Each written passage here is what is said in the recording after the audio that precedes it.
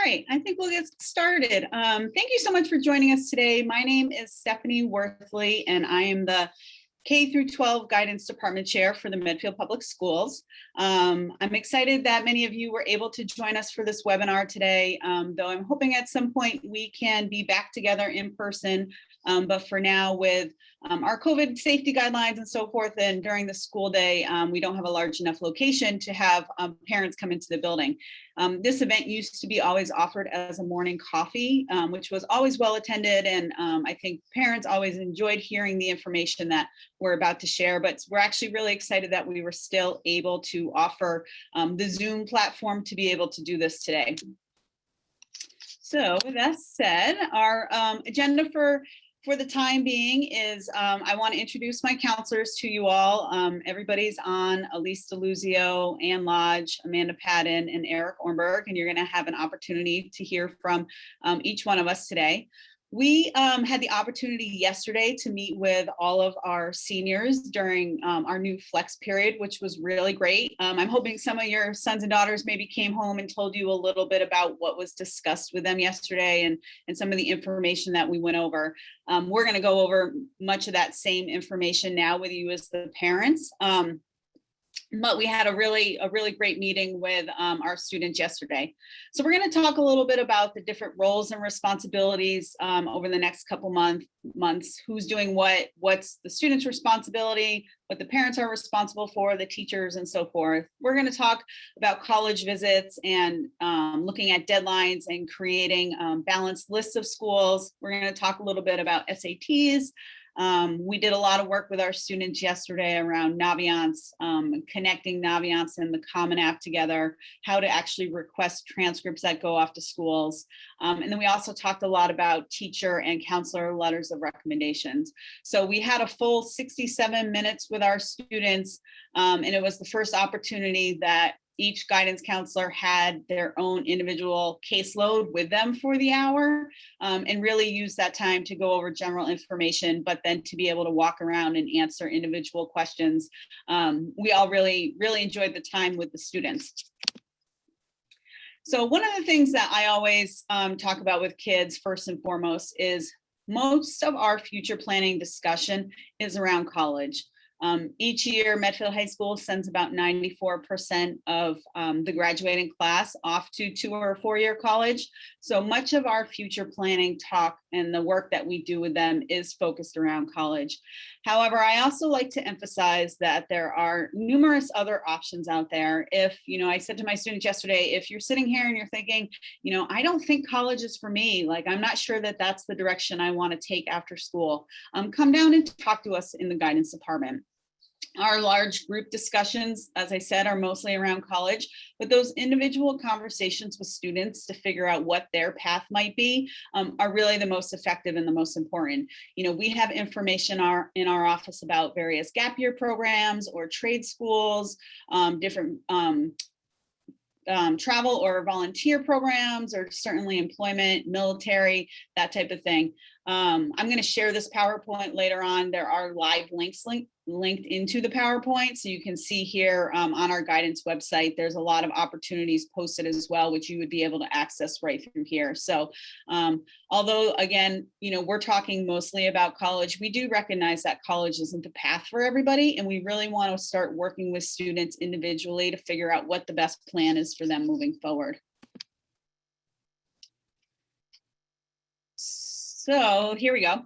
I wanted to also share just a reminder that during last year, during your sons and daughters' junior years, as a guidance department, we put together several different screencast videos about the future planning process. And I wanted to include these here as well for students and parents. If you want to go back at any point and review any of these, I hope you do so. We put together a lot of information about Naviance and standardized testing and different applications to consider and think about deadlines.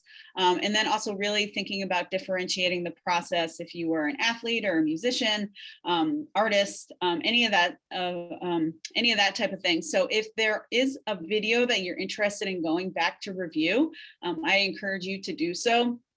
Again, I will share all of these, this PowerPoint and these videos with you later on, but they're all on our YouTube page, which you can find to review the information if you have questions. Hi, I'm Stephanie Worthley. Oh, sorry, the videos are playing. Sorry about that, everybody. Hold on. We'll get to the next slide. Okay, so part of our presentation to our students yesterday is really getting them to think about this process is kind of a three-pronged process. There is going to be information shared with colleges from the student, information from the guidance office, and then information from the teacher. So we want to make sure that the students are aware of kind of their expectations and what they can expect from their guidance counselor and their teacher. So students are expected to send in their application, pay their application fee, write their essay. One of the things that I think sometimes students get a little confused about is requesting standardized test scores to go to the college. We do not send any of that from our office. Students are responsible for requesting official test scores from the College Board or ACT directly to the college. We do not have test scores listed on transcripts, and we don't have official copies of those. So that is one thing that the student's responsible for. As we talked to them yesterday, they're responsible for talking with us about what their plans are, talking with their teachers, but really kind of the nuts and bolts of the actual applications and requesting transcripts is on them. So from our office, from the guidance office, once we put everything together, our responsibility is sending out all of school related materials. So we put together a school report that goes out along with the transcript. We have a school profile that goes along with transcripts as well. And then we send our guidance letter of recommendation. And then the teachers send their own letter of recommendation. They can do all of this through Naviance, which we talked to the students yesterday about how to actually go through that and ask the teacher letter, which Mr. Ornberg is going to talk about in a little bit, but the teachers send their own letters. So the students are sending applications and test scores. The guidance department is sending transcripts, school forms, and our letter of recommendation. And then the teachers are sending their letter of recommendation. Sometimes kids will ask, do I have to wait until my teacher is ready to send their letter to send my application in?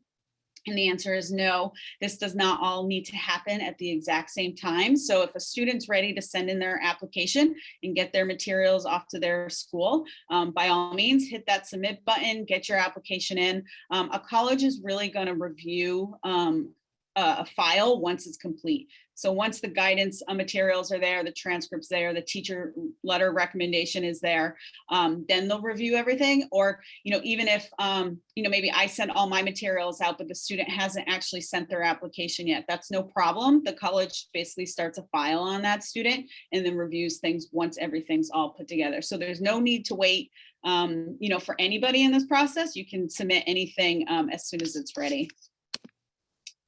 So communication is key. I like to point out that as we were talking with the students yesterday about their responsibility in this, every student is going to be at a different pace and a different timeline in this process. And it's just really important that the student stays in communication with their guidance counselor, in communication with their teacher. We want to make sure that the parents are in the know too of what's happening as well. So that way we can make sure that we're all on the same page.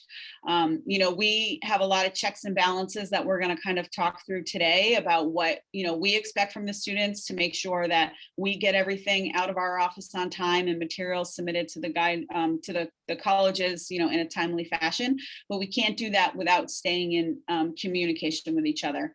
I think if you haven't heard about our new flex period, it's been a great opportunity so far for us to see our students kind of on a more regular basis.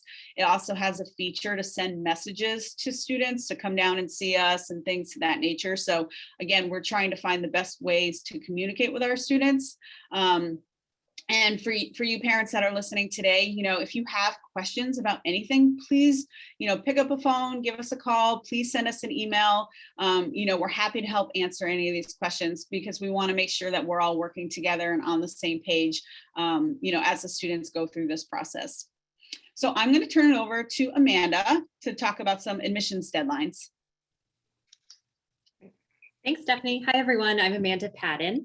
I'm going to talk a little bit about application deadlines. So some of these terms may be familiar to you, but I thought it would be helpful to go over them once again. So the first deadline is early decision. This is the binding deadline, which means that if a student applies to a college early decision, they agree that if they are admitted to that college, they will attend. So if your son or daughter is thinking about applying early decision, I think something that you want to keep on your radar is this early decision agreement that needs to be signed off on by the student, the parent, and the guidance counselor. So the way that you do that is once your son or daughter selects early decision in the Common App, for example, they should be prompted to electronically fill out the early decision agreement. And then a notification will be sent to the parent to sign off on electronically. And after both the parent and the student does that, then the guidance counselor will be able to go into Naviance to sign off on it as well. I think early decision is something that's really important just to make sure that you're communicating with your child's guidance counselor that they are doing ED. We don't get a notification in Naviance if there's an early decision agreement pending. So just make sure that you're checking in with the counselor that they know to go in there and sign off on that. So that's something that, that they'll notice if they're applying ET. The early decision deadlines, as well as the early action deadlines, are typically in October, November, or December. I think the most common early deadline is November 1st, which is coming up for some students and families. The nice thing about applying early is that you get to hear back early, typically by around mid-December. So if your child isn't happy with the outcome, they are able to apply to additional schools regular decision, which we'll talk about in a little bit. Early action has the same deadlines as early decision, but early action means that it's non-binding. So that means you can apply early and hear back early, but you are not committing to attending that college. So if you were admitted to a school early action and you find out in December, you actually don't have to decide whether or not you're attending until later on in the spring, typically May 1st. So you'd have a chance to still apply to regular decision schools and hear back from all of those schools before making a decision. Regular decision is also non-binding. Those deadlines vary. Typically, they're in January or February, although some might creep up in December. And you usually get a decision by March, sometimes early April, and you need to make a decision by May 1st. I think something that's important to note is that if your son or daughter is planning to apply to regular decision to all of their colleges, which is absolutely fine and is a timeline that works for some students, it's really important to make sure that their list is really balanced and making sure that they have a lot of matches in their college list and likely schools, which I'll talk about in just a minute. So again, just making sure that list is really balanced since there's only one round of applications they're putting forth. The last deadline is called rolling admission, which some schools offer. So again, non-binding. Applications are processed as they're received. You typically get a decision within 2 to 8 weeks. And again, you don't have to make a commitment until May 1st. So that's another deadline you may come across as well. Next slide. So going back to this idea of creating a balanced list. So when we talk about balanced, we talk about schools that are going to be in that reach, match, or likely/safety category. So a school would be considered a reach school if the GPA and SAT or ACT score for that school is above the GPA and SAT, ACT for your child. So that means that, typically we do support students applying to a reach college or two, absolutely, but it's a college that has kind of higher GPA or SAT score than your child has. Ideally, the most of the schools on your child's list will be in that fit or match range. So that means that your child's GPA and SAT or ACT score are within the average for that college. We want to make sure that when a student attends a college that they're going to feel like they can be successful academically at that school. So we're hopeful that most of the schools that they're interested in really are in that fit or match range. Although again, we do support students applying to a reach or two as well. And then this likely or safety category is colleges that their average GPA or test score is below what your child has. I know some students, not everybody, but some students, will throw a likely school or two on their list just because they know they have to have a likely, but we really encourage our students to truly love every school on their list so that if they were to only get into their likely school, they would still be happy, they would still be excited, and that school would still have everything that they want. So make sure that you're being thoughtful when you're picking your likelies and it's not just something you're throwing on there and about the last minute. The last thing I want to point out about building that balanced list. So many of you may have seen this visual here, the scatograms in Naviance. So this is a graph that shows GPA and then test scores for Medfield students. And you can get this visual for any college that you look up on Naviance to get a sense of where you fall on the scatogram graph and how likely it would be for you to be admitted. I do want to point out that because last year so many colleges were test optional, this data doesn't quite accurately capture what the test scores look like for that school because it's pulled directly from Naviance, and this graph doesn't show whether or not the Medfield students who applied to that school last year, if they were admitted with or without their test score. So again, I think it's still a really helpful visual to look at to get a general sense of where you fall, but just be mindful when you're looking at the test score that it's not clear if that student who was admitted or denied submitted their test scores or not. So it's something to look at. And I think if you want to get the most accurate information about the test scores, you want to look directly on the admission website for each of the colleges. And the last thing I'm going to talk about is college visits. So we are really excited that we have admission reps from 95 different colleges registered to visit MHS.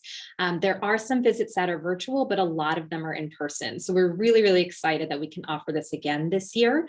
Students can sign up through their Naviance account. We gave students detailed directions how to do this, but essentially if they log into their Naviance under the What's New section on the homepage, they can see all of the different colleges and the dates that they're coming to visit, and then they have an opportunity to sign up. So this will happen either during their flex period or after school, and students do need to sign up ahead of time. They should be signing up through Naviance, not through the MyFlex Learning app. I think the newsflash may have said something about signing up directly in MyFlex Learning, but they'll do this through Naviance. It's a good idea to try to do it the day before, just so that we can get an accurate number of students who are planning to come down. But this is a really great way to learn about schools, especially if there's schools that are far away and you can't quite plan an in-person visit. This is a great way to make connections with reps and build that list and learn about new schools. So I highly recommend that you take a look at this. I'm going to pass it over to Anne to talk a little bit more about standardized testing. Thanks, Amanda. I'm Ann Lodge, and I did want to chat a little bit about standardized testing. As you heard Amanda mention when she was talking about the scatograms and Naviance, some of that data might not be as reliable moving forward for the next year or two while colleges are still considering test optional policies. So as you can see right here on this slide, this is the NACAC pledge. That is the National Association of College Admission Counseling. And last year, when COVID was really high at different points, there were about 1,400, a little more than 1,400 US colleges and universities that pledged to say that they would offer test optional policies for all students. That number has actually grown since last year. And as of early September 9th of this year, that number is now actually over 1,700 colleges and universities across the United States don't require testing as part of the application process for our students. So that's actually over 73% of all bachelor degree granting institutions. It's a really, really large number. So as you can see, this is definitely a conversation in the process. We do still have students who are opting to take the SAT or the ACT and occasionally to submit their scores off to schools, but they're often wondering whether or not they really need to. So this NACAC pledge worked with these colleges, and they're really looking to get the message across that yes, optional truly means optional. So where schools have a test optional policy, their applications are being reviewed more holistically. So they're not holding it against students at all if they choose not to submit test scores. There are still some schools that do require testing, although they're few and far between. It tends to be most of the service academies, some highly competitive schools, although none of the Ivies, and a number of schools in Florida and Georgia. They tend to require testing. There is a list put out by the National Center for Fair and Open Testing. So you might have heard of fairtest.org. And it actually lists the 1,700 plus colleges that are considered test optional. I think at this point, it would probably be easier to include a list of schools that still require testing, but that doesn't exist in a clear place out there. So if your child has questions about whether or not they should submit their test scores to a certain school, we certainly encourage them to have a conversation with our guidance counselor so that we can help them make an informed decision. You might also hear in the process, not just test optional, but occasionally there are schools that have what are called test blind policies. And there's just over 80 colleges across the United States that offer a test blind policy. And what those institutions are saying is that even if you were to take an SAT or an ACT and submit your test scores, they will not be considered in the process. So they're totally crossing them out of the equation and will not consider them even when they are submitted. So it's a number of schools across the United States. Some names that might be familiar to you are WPI, Catholic University, Merrimack, Stonehill, the whole UC system, Plymouth State. Those tend to be some of the schools that Medfield students will apply to. So if any of those schools appear on your child's list, even if your child takes the SAT or the ACT, they will not be considered in the process. So I think you'll find that the colleges are really standing behind this as well. Many of them had started off thinking that maybe this test optional policy was only going to be for a year. Most of them have extended that, and some are making this a more permanent fixture for the landscape of admissions. This is a quote here from Lee Coffin, who is very well respected in the field. He's the vice provost for enrollment and the dean of admissions and financial aid at Dartmouth. And he is really trying to get the message across to students and to families that optional is not tricky, right? So it truly is not a wink and a nod, like, we say it's optional, but it's not actually optional. If a college is agreeing to a test optional policy, they truly will not consider anything different if the child has decided not to submit SAT or ACT scores. They will not hold it against them. They can't do that. With all of that said, we recognize that some students will still choose to submit the SAT or the ACT. Overall, the Common Application has put out data from last year where they noted that I think it was 43% of applicants submitted test scores to institutions. That's down from 77% the year prior. And it tends to be a little bit higher numbers of reporting in areas where there's higher socioeconomic status, but it's definitely lower reporting scores in the Northeast than it is in some of the Southern and Midwestern states. So it's pretty interesting data that's out there. We will certainly still have students who choose to submit scores. If your child is still thinking about it or thinking about testing coming up in the future, there is an October 2nd SAT that's offered at Medfield High School. We're close to being at capacity, and we are actually at the point in the registration process through College Board where it's late registration that's available through September 21st. So if your child is considering that, they might want to think about Medfield or a different location. And there is an ACT coming up at the end of October on the 23rd. The registration is still open through September 17th. And again, if your child has any questions about that, or you have any questions about whether or not your child should sign up for standardized testing or submit scores, please just make sure you're having a conversation with your child's counselor. Elise, I'm going to turn it over to you to talk about the transcript request process. Thanks, Anne. Hi, everyone. I'm Elise DeLuzio. So I'm going to talk a little bit about how to send that transcript out to colleges. And I'll start by just saying, what is actually on your child's transcript at this point. So it's a summary of their academics. So it has their final grades, in classes from 9, 10, and 11.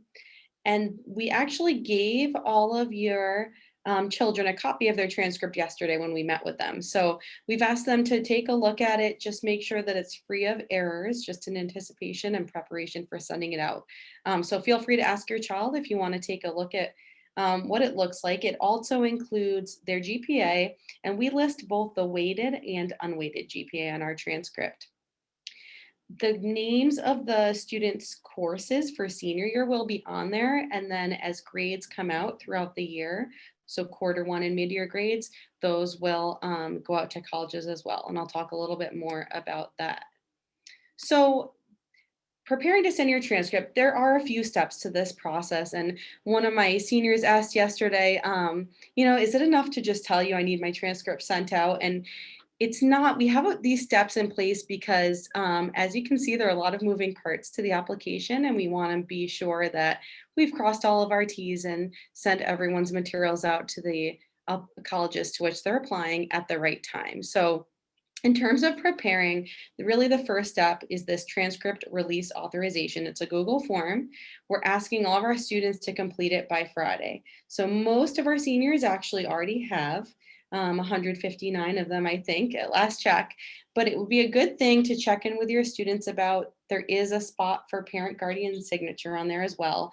So if you want to ask them just to double check, and we would love to have everyone complete that by Friday, because that's really what gives us the ability to actually release their records to the colleges to which they apply. The next step in terms of preparing, and we gave students sort of step by step how to do this matching of their accounts. But basically, the two primary portals that you'll see students working with when they apply are Naviance and Common App. So Common App, of the slide that Mrs. Worthley talked about with the student responsibilities, Common App is really going to fall under the student responsibilities area, where your student will be on there filling out all of their information and submitting their applications and essays and supplements through the Common App. The Naviance is really what we at Medfield High School use to send our materials, which include the transcript, the counselor letter, and the teacher letter. So your student will work on both of those portals. And one of the things we need them to do in order for us to send their materials is to match them. So there are instructions that your student has in order to do that.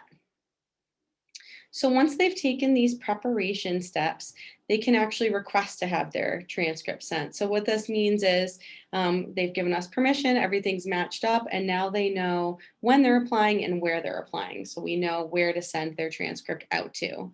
The key here is to really plan ahead. So we do need a month's notice in order to make sure we have everything prepared and ready to go. And students can let us know their first deadline by taking that first step there, which is to complete the transcript request form. Also in that form, students are able to indicate whether or not they're applying early decision, which is one of the types of applications that Amanda Padden spoke about. So that's an area for students to note that, so that we're aware as well. And once students fill out their request form, we do need them to go into their Naviance account and update the list of colleges they're applying to, make sure all of those deadlines are accurate, so we know exactly when they need their materials sent by. And one question that comes up often is, well, what happens if I apply to a handful of schools early action, but I decide to apply to some more later on in a couple of months? That is completely fine. We can certainly send materials out.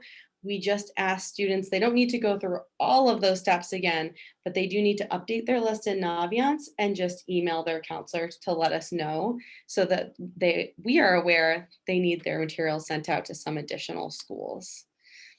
So there are some cases where there's a school that isn't on Common App. So perhaps the student is applying directly through the institution through a separate application. And it's important to note that we as a school are still going to use Naviance to send our materials. So we do still need your child to add that college into their Naviance and just let us know so we can send the materials. So after your students completed all of these steps, what happens next? We send everything out, including for the guidance counselor and the transcript and our letter of recommendation. The teachers will be able to send their letters in.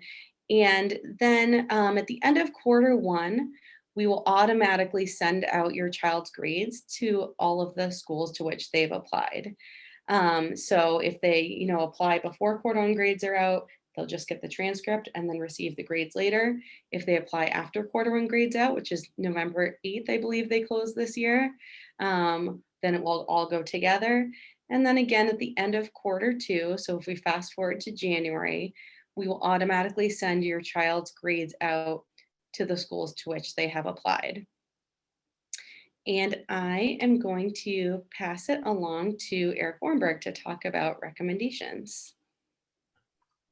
Thank you, Elise. I know this is a lot of information that's coming at folks, and hopefully you're not texting your kids right now during school to see if they've done all this. But to build off what Stephanie said, it was fantastic to spend 67 minutes with all 41 kids in my caseload yesterday to talk about these specific things. It's a total game changer for every kid in the building, and I think for every staff member. And I think we got a lot done and a lot of things introduced. To be able to come out and talk to you folks today within 24 hours to reinforce some things right here at the middle of September is just fantastic. So in terms of letters of recommendation, one of the first things that I spoke to the kids about yesterday was the fact that if you haven't talked to a teacher yet about writing a recommendation letter, face-to-face is the best way to go right now. We do have time. They do have flex period before school and after school to approach the teacher. A lot of kids did this last spring just to make sure that they're on the same page. There are some staff members that are no longer here that are going to be writing letters of recommendation. I told the kids they could reach out to the department heads who could be in touch with them. But that face-to-face interaction, I think, is critical. That's the first primary step. And then when it comes to actually formally requesting the teacher letters of recommendation, students will do this through Naviance. And as I think it was mentioned earlier today, the entire interface of Naviance has changed tremendously. So it's very different for us, but a lot of times for the seniors, this is the one time that they go through this process, and they are very adept at finding the things that need to be found and figuring things out on their own. But they will go into Naviance under the colleges tab. They will look at the colleges they're applying to, click on letters of recommendation. And then when they add the request, there is a drop-down menu of all the teachers. So the teachers will get a formal email from Naviance saying that their letter of recommendation has been requested. Given the volume of admissions and application materials that leave Medfield High School in the course of September and October and November, it's never a bad idea for a student to follow up. I had a senior, I told her, once you apply, if you could just email me the list of schools ahead of time because it's early in the year, and she did that. And it's just a great way to double check things. So again, that interaction with the teachers face-to-face, then through Naviance, I think is tremendously helpful as the kids begin this process and they're gearing up to submit their materials. Could you go to the, thank you. In terms of the guidance counselor letter of recommendation, and I said to the students yesterday, teachers are writing about 180-day experience in the context of the classroom, and guidance counselors, our job is to write basically the arc of 4 years as a student, an athlete, a musician, an artist, community service member. So the counselor letter of recommendation is built on the foundation of the counselor rec form, which the students, many of them filled out in the spring. And we're asking them, if they haven't filled out this counselor rec form, to do that now. It's a 20-question survey, basically about them and their involvements. And that really allows us to set the tone for what they want to see highlighted or omitted or emphasized in the letter of recommendation. So give me 1 second here. Having some problem with the plumbing in the building. So the students would go to the About Me tab on Naviance, and they would click on surveys from your school, and the counselor recommendation form will be right there. They don't hand this in. They don't print it out. They just hit update at the end. A lot of the kids logged on yesterday and they were trying to find this, and we're able to begin that process. It's a 20-question survey, and we tell them, please don't treat it like a substitute teacher's homework assignment and breeze through it. Really give it some time, really give it some thought, because it does help us emphasize things that they want highlighted. So a few students yesterday asked about outside recommendations, people outside of the Medfield school system, a coach, a boss, somebody that they've known in a different capacity. Number one, I think it's important to know that a vast majority of colleges and universities do not want any recommendation letters. Many of them want just one teacher rec, and some will want two, as Ann alluded to earlier. Very few colleges, some of the more selected, will want two. If a student feels strongly that this extra piece of information is going to help their application portfolio, there's a couple of things that they can do. They can go into Common App and they can invite a recommender. So basically they would just add the email address of this person, and then they will be prompted and get an email, and they can upload their letter of recommendation. Or you can go the old-fashioned route and give that person a stamped envelope addressed to the college's admissions office, and they can mail it in hard copy. I think it's important to emphasize that in the first round, when you are applying, give the colleges what they're asking for. Anything more or less is usually not going to benefit anyone. I had a student yesterday who's made a commitment to a school asking, do I still have to fill out the Common App? Yes, you absolutely have to fill out the Common App, even if you've made this type of a commitment to a school. But if they say we only want one recommendation letter, we encourage you just to give them the one, because they are reading hundreds and hundreds of letters and essays and transcripts. So keep it condensed now, and then if they're waitlisted, we'll have that different discussion in March. So some final reminders for those students and families considering early decision. There are early decision agreement forms that have to be signed by the student, the parent, and the guidance counselor. And after students have signed into the Common App and they are checking the box that says early decision, which is a binding contract, that's going to prompt an email address for the parent, an email address for the guidance counselor, and then it shows up on our end in Naviance, where we will sign off saying we support this decision. That sometimes can get lost. So I've told the kids that are applying early decision and they have early dates and commitments to try to come down, and we can work on that together from the student side of Naviance and the Common App side. Sometimes that's best done together so we're all on the same page.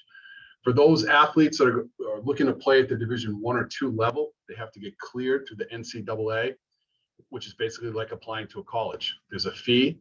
You set up an account. You'll be given an NCAA number. Our secretary, Gretchen McGrory, will send out transcripts to the NCAA, and students and families are responsible to send their board scores, if needed, to College Board as well. The information is that the website is NCAA Clearinghouse. And if you are interested in playing at the I or II level, we strongly suggest you do this now. One of the last things we send is the final transcript to colleges next June, and that will include the NCAA as well.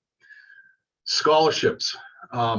We told the students yesterday that, in the fall, there are scholarship applications that unfortunately run concurrently with college admissions deadlines. The local scholarships, memo, the Friends of Medfield alumni, all that information and applications will be taken care of in February, most likely through a Google form or through Naviance.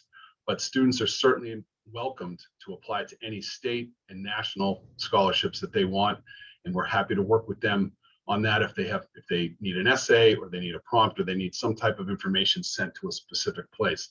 Many students may apply to a college and receive, in addition to an acceptance letter, a financial or academic merit scholarship as well, without doing a separate formal scholarship application. And college visits, I think it's important to mention too, students have 3 excused absences this year to visit schools. We do have a non-school day tomorrow. We have a 3-day weekend in about a month. A lot of seniors will take time during the fall where the sense of urgency is real, and colleges for the most part are back live and they get a real authentic feel for a place. And we encourage them to do that. There is a form in the guidance office, same form as in the main office. Students take the college visit form. They put the date and the school on there. They go to Miss Hagan, our new vice principal. She will sign off on that. Then when you go to the school, the college rep will sign, and then you bring the form back. It's a little, it's an extensive process, but this is how we can validate that students are actually taking time off to go visit colleges. And we, again, strongly encourage that, especially for these seniors the next couple of months as they're trying to make some decisions and pare down that list. So I invite you all now to, if you have questions about some of the things that we talked about, please feel free to add them to the Q&A chat session section here on the Zoom webinar. We can, wait a minute and try to answer some of your questions live on the webinar. Just a reminder of which guidance counselor works with which end of the alphabet. So if a student's last name is A through B-O, those are the students that I work with. BR through E works with Elise DeLuzio. F through L works with Ann Lodge. M through Q works with Mrs. Patton, and the end of the alphabet, R to Z, works with Mr. Ornberg. So hopefully at this point in time, your students know who their guidance counselor is. I said to the students again yesterday, I do recognize that some students may have come to guidance more often than others during their time in high school, and that's totally fine. But I would say at this point in time, all of our seniors will be down to guidance, maybe more than they ever have, during the past 4 years. And we look forward to seeing them in our office. So with that, Mrs. Lodge, can you see the Q&A? I can, yes. I'm actually going to turn it back over to Eric for a minute to talk a little bit further about recommendations. So Eric, there's a question here about whether sophomore year teachers are frowned upon for letters of recommendation and if anatomy is considered a core subject for recommendations. Those are very good questions. Sophomore year teachers are not necessarily frowned upon, but oftentimes students are the most polished version of themselves junior year. Given the fact we're coming off 2 very fractured school years, if a student really had a good relationship with the teacher sophomore year from one of the 5 major course areas, English, math, science, history, and world language, there's no downside to that. If they really know them that well, I think that's a fantastic idea. Anatomy is a full year science elective. It is not a required course, but it's certainly a very, very comprehensive course. I think we do offer it at the honors level. So if the student took that last year or is currently taking it now, or had the teacher for biology freshman year and has them again now, that would certainly be worth a consideration. If Common App says 1 recommendation is required, 1 optional, should you send 2? And I'm probably going to sound contradictory here, but optional certainly means opportunity. So, some of these schools really put the pressure on kids and say, well, we only want 1 recommendation, but we'll accept up to 5. And then kids hear, well, if I send 5, I'm going to have a better chance. So if there's really a second person and it's an option, that's more of a family decision in terms of whether or not you want to send that.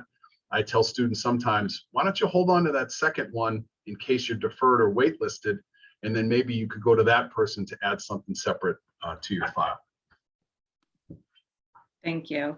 There's another question here about whether there are any college fairs planned, and I'm happy to take that one. So normally Medfield participates in the tech college fairs that are offered in the fall at Waltham High School and in the spring at Westwood High School. Unfortunately, because of COVID, last spring's fair at Westwood High School was canceled, and I did just receive notification this morning that the college fair at Waltham High School has also been put off for this fall. That said, there are a number of national college fairs that are taking place virtually that students and families can attend, and we can certainly send out information from our office and post that on our website about some of those upcoming dates for the virtual college fairs that are taking place. At this point, there's not a lot happening in person still, unfortunately. That said, we do also still have some opportunities for students to interact with admission representatives here in the guidance office when colleges are coming to visit Medfield High School that students can sign up for through Naviance. So that might be a nice opportunity for kids who want to connect with representatives to certain schools. Amanda, maybe you can take this one. The question is on early decision versus early action and regular decision, whether a student has a better chance of being accepted in any one of those particular pools. Yeah, absolutely. So this is really going to depend on, it may differ depending on the different colleges you're applying to. I think in general, when you're trying to make decisions about which deadline would be a good fit for you, there's a couple things to keep in mind.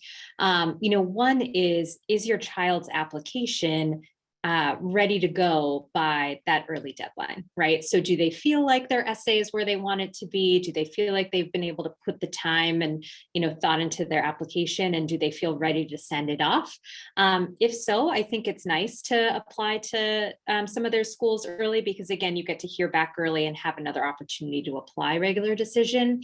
It's possible that the admission rate, may be higher. It's some schools early action, but again, it really depends. So you can certainly visit the individual college websites.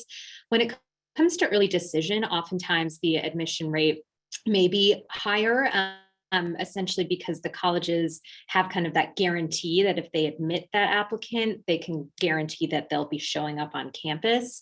But I urge students and families to not use early decision as kind of a strategic tool, really to apply early decision if you have a very clear first choice. I think if you have 3 colleges that you love, I would not apply early decision. But if you clearly have that first choice, or maybe you're making commitment due to athletics, I think early decision makes sense. And another thing to keep in mind is that when you apply ED, you're making that commitment without seeing the financial aid award letter. So if the financial aid is a part of the process for your family, and that's going to be an important decision maker, that's definitely something to weigh. So I think in general, make a decision about deadlines based on what's right for the student and the family, and the timeline that makes sense, more so than kind of as a strategy. But certainly reach out to your child's guidance counselor, and we can have those individual conversations. Great question. There's one additional question in here. It's asked whether SAT and ACT ranges are somewhat inflated due to the optional submissions last year, which is a great question. I have not seen any data out there that definitively says that the ranges are somewhat inflated, but I would suspect that they are likely higher than they have been in previous years. I think we found, and the Common App report that I read did find that students were more strategically sending their scores off. So where colleges offered optional testing submission, students might send their scores to some institutions, but not necessarily to all of the institutions that they were applying to. So they were looking to see where their test scores might be on par with or higher than maybe what the averages had been the year prior, and sending the scores in those cases where they really felt it might help them in the admission process. So as we're thinking about that type of a strategy that a lot of students and families took last year, I would suspect that any SAT or ACT ranges were likely a little bit inflated this past year than they might have been in prior years. That will likely be the case again this year for those who choose to submit test scores, because we're in a similar boat with the volume of colleges that are staying test optional as we move forward. Great question. There's another question in here. Is there a way for colleges to see all of the colleges that a student applies to? Is this information available to colleges on the Medfield High School transcript, Naviance, or through the Common App? Eric, it looks like you might have started writing a response. Would you care to share that with everyone, please? Certainly, just as the guidance office dinosaur who's been around here the longest, I can say that in the old days, colleges sometimes would ask point blank on applications, please list the other schools you're applying to. But it is nowhere on the Medfield High School transcript. Although it is listed, the schools are obviously listed on Naviance. There's nothing in Naviance that goes out in a form that lists the other colleges that students have applied to. And I don't want to speak for Common App, but I would also think that when you're sending something to Fairfield, they're not going to see that you've also sent 12 other applications out to these other schools. It's certainly something we protect the privacy and intent, and it can be hard for students and families deciding early decision versus early action and making a commitment here, but the school hasn't committed to you yet. That's part of it. Those are good questions to ask, but there's nothing that leaves our office that will list other schools that students have applied to. Great, thank you, Eric. I think at this point, we seem to have answered all of the questions that have been asked in the Q&A section. So I think we'll take this time to wrap things up for everyone. Thank you so much for joining us today. And please make sure that you are staying in touch with us as you navigate the process with your child. We're looking forward to seeing where they all land in a couple of months. Thanks so much.